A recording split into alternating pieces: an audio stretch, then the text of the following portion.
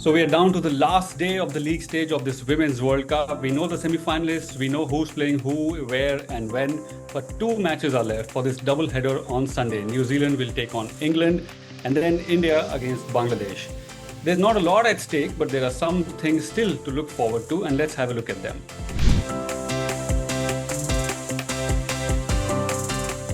The first match on Sunday will be the day game between England and New Zealand. England are already in the semi-finals.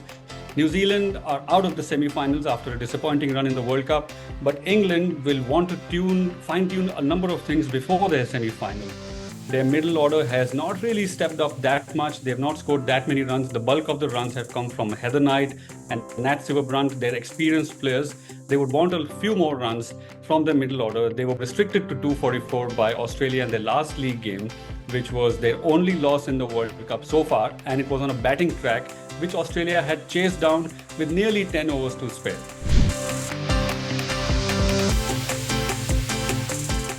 Another thing at stake for them is that South Africa, who they will take on in the semi-final, are placed just above them on the points table right now. If England win this game, they will go above South Africa. Why that matters is because the semi-final is scheduled for next week in Guwahati, where a lot of rain is expected as of now. If that semi-final is washed out, and even though there is a reserve day, there is no result, the team out of South Africa and England that finishes higher in the points table will proceed to the final. If England lose against New Zealand, they will finish lower and they will lose out on that advantage.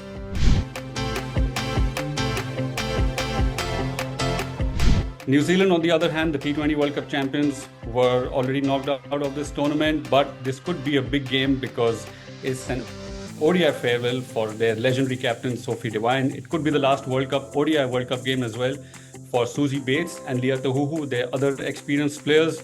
For most of their league stage, the bulk of their runs had come from Sophie Devine, scoring a century in their opening game and 2 half centuries after that. There were good signs, some positive signs from Brooke Halliday as well in the middle order in their last 2 games with half centuries.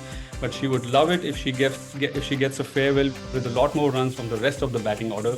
Similarly, Leah Tahuhu, who has been playing with a strapped left knee, probably carrying some sort of a niggle, and playing ODI since 2011 as a fast bowler, has taken the most wickets for them. She would also want some more bowling support in their last league game. Susie Bates has not scored that many runs in this World Cup. She would also want to finish on a high and collectively give a grand farewell to Sophie Devine.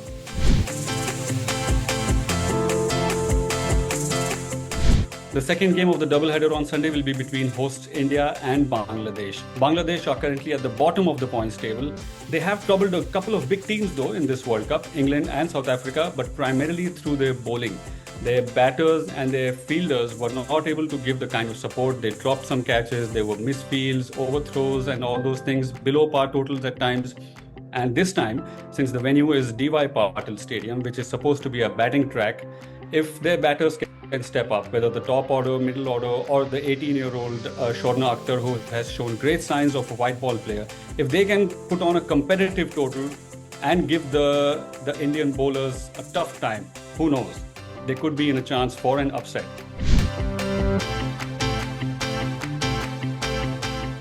Before their semi-final against heavyweights Australia, they are playing Bangladesh, who are playing only their second ODI World Cup, and India won their last league game. It was a convincing win for them, probably one of their best performances this World Cup. They scored 340 against New Zealand, centuries from their openers, unbeaten half century from Jamie Rodrigues. But the question is, will they again go in with 5 bowlers? That may or may not work against Bangladesh, but it's a big question looming ahead the Sunday's game and also before their knockout against Australia. 5 bowlers or 6 bowlers is what India would want to ponder.